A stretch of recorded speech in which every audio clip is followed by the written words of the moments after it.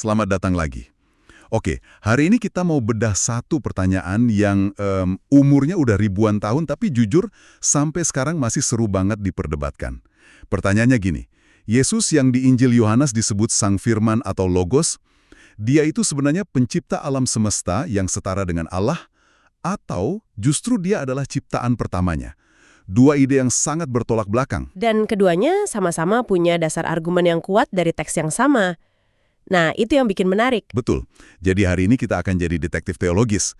Anggap aja kita punya beberapa barang bukti di meja, yaitu ayat-ayat kunci dari Alkitab. Misi kita adalah memeriksa bukti dari kedua sisi untuk memahami gimana kedua argumen ini dibangun. Kita nggak akan mihak, tapi kita mau bongkar logikanya biar Anda benar-benar paham peta perdebatannya. Siap? Tentu, perdebatan ini atau dalam istilah teologisnya, kristologi, ini bukan hal baru.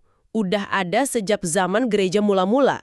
Wah, udah lama banget ya? Betul, dan ini bukan sekedar perdebatan akademis, karena jawabannya akan menentukan gimana seseorang memahami natur Allah dan Yesus. Apakah mereka setara, atau ada hierarki? Semuanya bermula dari situ. Oke, kalau gitu kita mulai dari fondasinya. Dari satu kata yang jadi pusat segalanya. Logos atau firman. Yohanes 1:1 kan bilang, pada mulanya adalah firman. Firman itu bersama-sama dengan Allah, dan firman itu adalah Allah. Kalimat pada mulanya itu langsung bikin kita ingat Kejadian 1:1 ya, seolah mau bilang, ini terjadi sebelum ada apa-apa. Tapi apa sih sebenarnya logos ini? Kenapa Yohanes milih kata yang spesifik ini? Nah, disinilah letak kejeniusan Yohanes. Dia memilih satu kata yang bisa berbicara kepada dua audiens yang sangat berbeda pada saat itu. Dua audiens. Ya, orang Yahudi yang terbiasa dengan tradisi Ibrani dan orang-orang non-Yahudi yang terpengaruh filsafat Yunani. Oke, coba kita pecah satu-satu deh. Untuk audiens Yahudi, apa artinya logos? Dalam tradisi Ibrani, konsep yang paling dekat itu dafar, yang diterjemahkan sebagai firman Tuhan. Dafar? Iya, tapi dafar ini bukan sekedar kata-kata yang diucapin, ia adalah kekuatan Allah yang aktif dan kreatif. Ingat di Mazmur 33:6, oleh firman Tuhan, langit telah dijadikan. Jadi ketika orang Yahudi mendengar firman, mereka langsung mikir tentang kuasa Allah yang menciptakan, yang bertindak di dunia. Ada juga personifikasi hikmat di kitab Amsal yang digambarkan ada bersama Allah pas penciptaan. Jadi benihnya udah ada di perjanjian lama. Jadi firman itu bukan cuma suara, tapi semacam, tangan kreatif Tuhan gitu. Oke, saya paham sisi Ibraninya. Tapi tadi Anda bilang ada sisi Yunani juga. Apa artinya logos buat mereka? Nah, buat orang Yunani yang suka filsafat, terutama kaum Stoa, logos itu konsep yang luar biasa besar. Mereka memahami logos sebagai akal budi ilahi, semacam prinsip rasional universal yang mengatur seluruh kosmos. Akal budi ilahi? Betul. Logos itu keteraturan di balik kekacauan, nalar yang meresapi segalanya. Ia semacam cetak biru alam semesta, tapi sifatnya abstrak dan impersonal. Wow, jadi Yohanes ini kayak membangun jembatan linguistik ya? Dia pakai satu kata yang kena buat orang Yahudi yang mikir firman yang berkuasa, dan juga orang Yunani yang mikir akal budi kosmik. Jenius sekali. Tepat sekali. Dan kemudian dia melakukan sesuatu yang radikal. Dia bilang, logos ini bukan cuma kekuatan aktif atau prinsip abstrak. Logos ini adalah pribadi. Pribadi yang bersama Allah dan pada saat yang sama adalah Allah. Dan pribadi itu adalah Yesus. Ini pukulan telak bagi kedua tradisi. Buat orang Yahudi, gagasan firman jadi manusia itu sulit. Buat orang Yunani, gagasan akal budi universal yang jadi pribadi, itu juga mengejutkan. Oke, jadi kita udah paham kalau logos ini konsep yang dalam banget. Tapi pemahaman ini kan baru dasarnya. Justru di ayat-ayat berikutnya, seperti yang Anda tahu, perdebatan yang sesungguhnya dimulai kan, terutama soal perannya dalam penciptaan. Benar. Ayat kuncinya adalah Yohanes 1:3. Segala sesuatu dijadikan oleh Dia, dan tanpa Dia tidak ada suatu pun yang telah jadi dari segala yang telah dijadikan. Nah, kalau dibaca sekilas, ayat ini kedengarannya cukup final. Argumen pertama, yang meyakini Yesus adalah pencipta, pasti akan bilang, lihat, udah jelas tertulis segala sesuatu dijadikan oleh Dia. Kalau segala sesuatu diciptakan lewat Dia, artinya Dia sendiri nggak termasuk dalam segala sesuatu itu. Secara logika, dia bukan ciptaan. Begitu kan alurnya? Tepat. Dan argumen ini diperkuat lagi oleh detil tata bahasa Yunaninya. Kata kerja yang dipakai untuk dijadikan itu egeneto. Bentuknya yang disebut auris menyiratkan sebuah tindakan penciptaan yang terjadi dan tuntas, bukan proses yang terus-terusan. Jadi kayak stempel sudah selesai gitu ya. Ciptaan itu udah final melalui dia. Ini sengaja dirancang untuk menutup celah apapun. Nggak ada satupun, bahkan satu atom pun yang ada di luar karya penciptaannya. Kalau dia sendiri ciptaan, kalimat ini jadi kontradiksi. Pandangan ini juga didukung ayat lain. Misalnya Kolose 1:16 yang bilang segala sesuatu diciptakan oleh Dia dan untuk Dia. Atau Ibrani 1:2, olehnya Allah telah menjadikan alam semesta. Jadi ada konsistensi. Oke. Argumen dari sisi ini sangat kuat, sistematis dan kedengarannya hampir tidak terbantahkan. Kalau begitu dari mana datangnya argumen tandingan? Pasti ada barang bukti lain dari kubu seberang yang benar-benar memutarbalikkan cara pandang ini kan? Tentu saja ada, dan barang bukti utamanya datang dari surat yang sama yang baru aja Anda sebut, Kolose. Oh iya, Tepatnya di Kolose 1:15 yang mendeskripsikan Yesus sebagai yang sulung lebih utama dari segala yang diciptakan. kata kuncinya di situ, yang sulung. Ini dia yang membuka pintu perdebatan lebar-lebar. Persis, bagi kelompok seperti penganut Arianisme di abad keempat dan saksi-saksi Yehova hari ini, kata sulung prototokos dalam bahasa Yunani diartikan secara harfiah sebagai yang pertama kali diciptakan, ciptaan nomor 1. Jadi menurut mereka, alur ceritanya begini.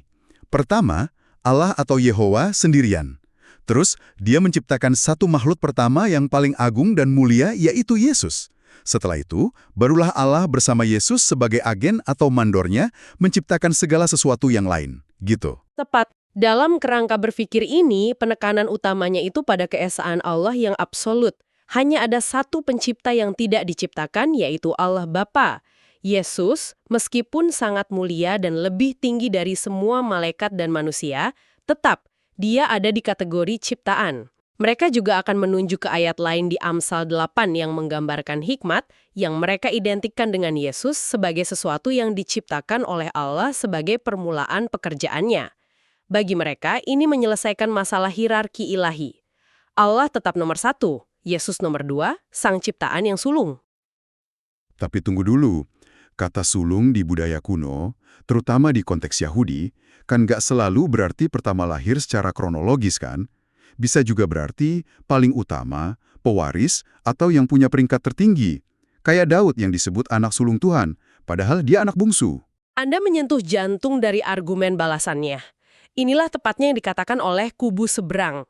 Mereka berpendapat bahwa sulung di Kolose 1:15 tidak menunjuk pada urutan waktu, tapi pada status dan otoritas. Oh, status, bukan waktu. Betul.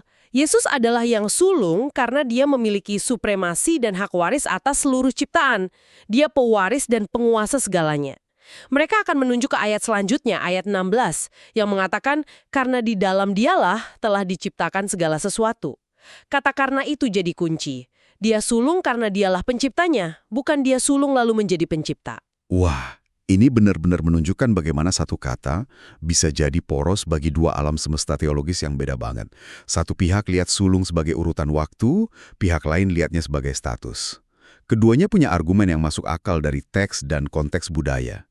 Gila. Dan perdebatan ini tidak pernah benar-benar selesai. Ini adalah tegangan fundamental dalam teologi Kristen. Oke, perdebatan soal siapa yang mencipta ini kan intens banget. Tapi ini bikin saya penasaran soal bagaimana penciptaan itu sendiri terjadi menurut teks. Apakah dunia ini muncul dari ketiadaan, atau Tuhan membentuknya dari sesuatu yang udah ada?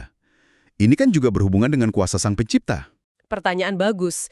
Ini membawa kita kembali ke Kejadian 1 ayat 1 dan 2. Ayat 1, pada mulanya Allah menciptakan langit dan bumi. Terdengar seperti penciptaan dari nol. Tapi ayat 2 langsung bilang, bumi belum berbentuk dan kosong, tohu wabohu.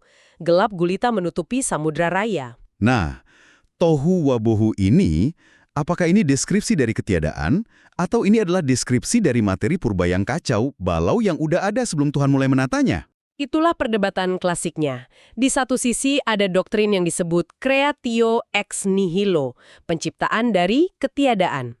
Pandangan ini mengatakan bahwa Allah menciptakan segalanya, termasuk ruang, waktu, dan materi itu sendiri, dari nol mutlak. Apa dasar argumen untuk ex nihilo ini dari teks Kejadian? Argumen terkuat ada pada kata kerja Ibrani yang dipakai, yaitu bara. Bara. Iya, bara. Kata ini sangat spesial. Di seluruh Alkitab ketika kata bara digunakan, subjeknya selalu dan hanya Allah. Manusia bisa asah atau membuat dari bahan yang ada, tapi hanya Allah yang bisa bara. Ini menyeratkan sebuah tindakan kreatif yang unik, menghasilkan sesuatu yang baru secara fundamental. Dari sudut pandang ini, tohu wabohu bukanlah materi yang sudah ada sebelumnya, tapi deskripsi dari ciptaan di tahap paling awal. Tahap nol. Ibaratnya Allah baru aja menciptakan kanvas kosong, dan tohu wabohu adalah kondisi kanvas itu sebelum dilukis.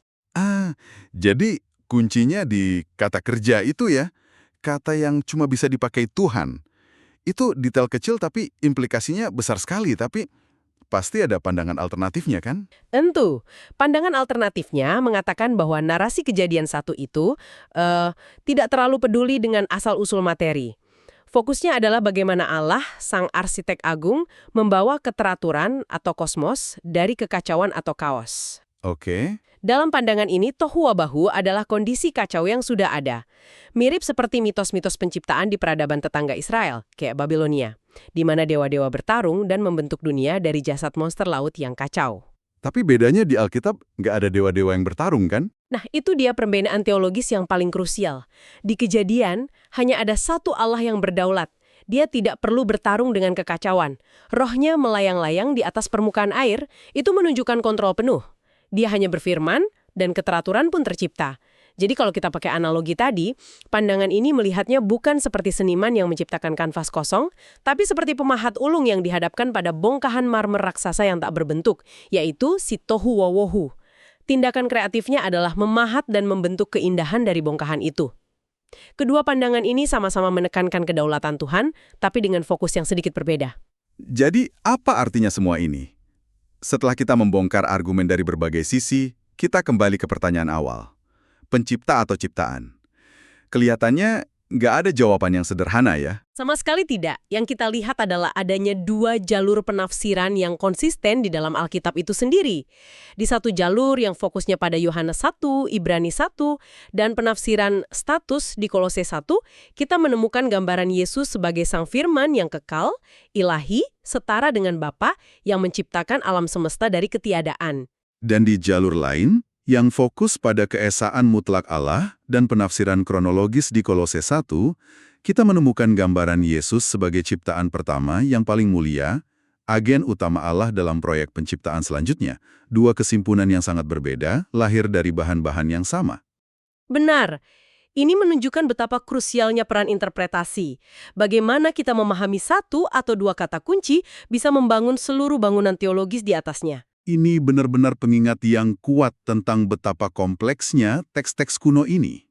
Setelah semua perdebatan teknis ini, apa satu hal yang menurut Anda harus kami bawa pulang untuk direnungkan? Mungkin ini, terlepas dari posisi teologis mana yang Anda pegang, apakah Yesus adalah sang pencipta itu sendiri atau ciptaannya yang paling mulia, ada satu langkah selanjutnya dalam cerita ini yang sama-sama diakui oleh kedua belah pihak, dan mungkin justru lebih mengejutkan. Yohanes 1 ayat 14 mengatakan, Firman itu telah menjadi manusia dan diam di antara kita. Inkarnasi? Iya, inkarnasi. Jadi pertanyaan renungannya adalah, mengapa? Mengapa entitas kosmik yang begitu agung ini, baik sebagai pencipta maupun sebagai ciptaan sulung, perlu turun tangan menjadi bagian dari dunia material yang fana dan hidup di antara ciptaannya? Apapun jawabannya, gagasan bahwa yang ilahi secara radikal masuk ke dalam yang material mengubah segalanya.